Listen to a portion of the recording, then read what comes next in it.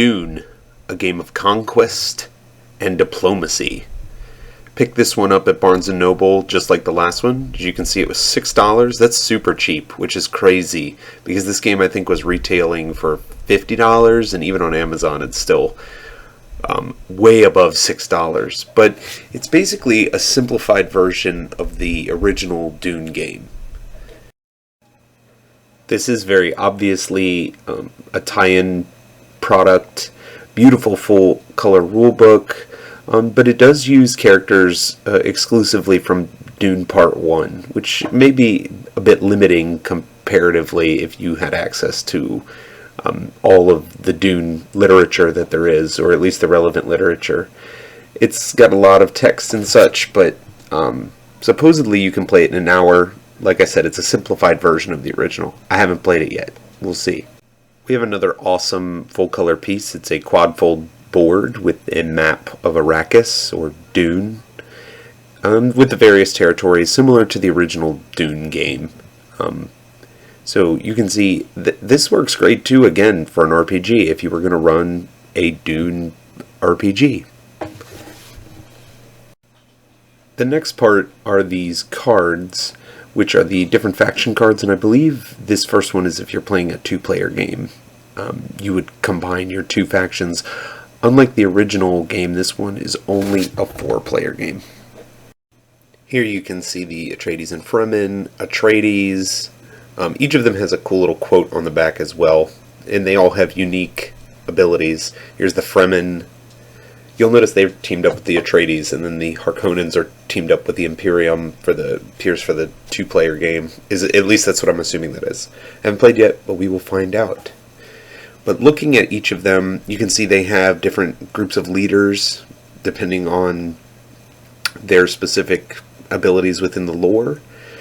And then I know Harkonnen, they still get a bunch of traitors. And then here's one of those quotes.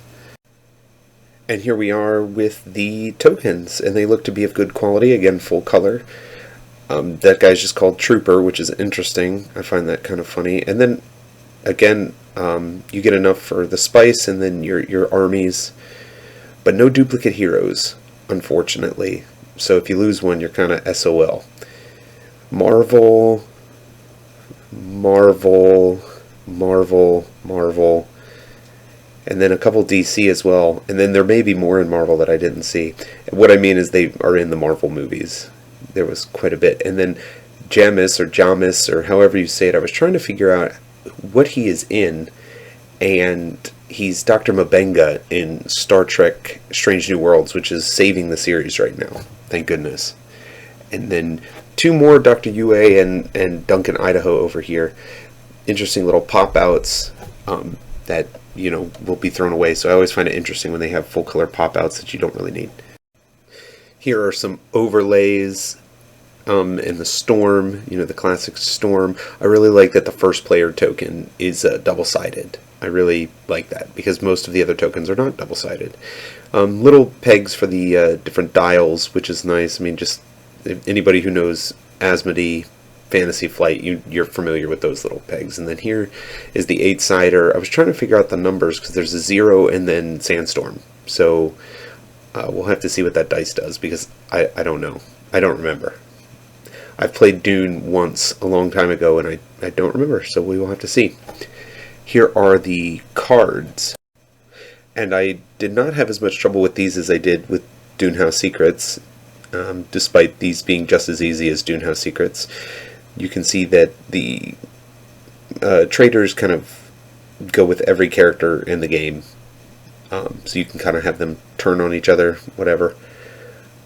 Basically, you can defeat an army automatically if you have the traitor card for the general that's commanding that army. So it will be very beneficial for House Harkonnen, which gets extra traitors. That's definitely Dr. M'Benga from Star Trek. I guess I could have easily looked that up, but just going off of knowledge, it's definitely him. And we thank him for saving the series, even if his daughter did get turned into some weird sort of energy entity. Moving on to the next set, it is the items, I believe, for war. You have the poison dart weapons. Just thumbing through. the Gamja bar, Chris knife. You get a bunch of each, which is nice. The Mala pistol, sounds like an orc weapon. Las gun, slow dart, the shield, which is nice, very cool aspect of Dune technology.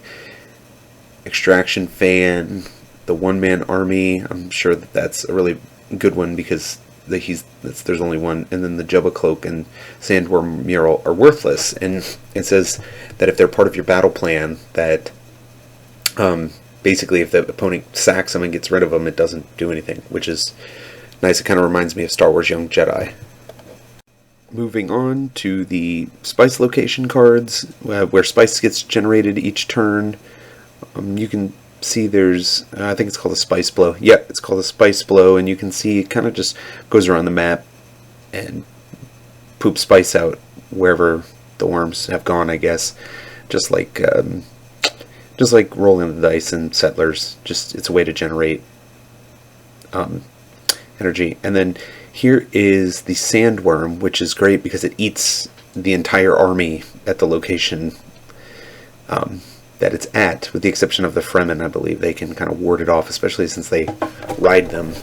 And then last but not least are these awesome sort of like asset cards. I forget the actual name of them, but they give you cool little bonuses, which is nice, and they're all themed to the game. And then some of them have themed to the lore, and then some of them obviously have corresponding artwork, especially if it was featured in the movie. Reconnaissance, those drones looked interesting. And I like how the new Dune movie kind of kept the art style of the original and, sort of honored it, keeping it in line with, sort of the old artwork that I've seen. So now looking at the inserts, you can see it's great, holds the dials and everything. The back is again full color, which is awesome. Got a lot of relevant information, beautiful picture of the board. And I cannot wait to play this. It looks like a ton of fun. Anyway, thanks for watching.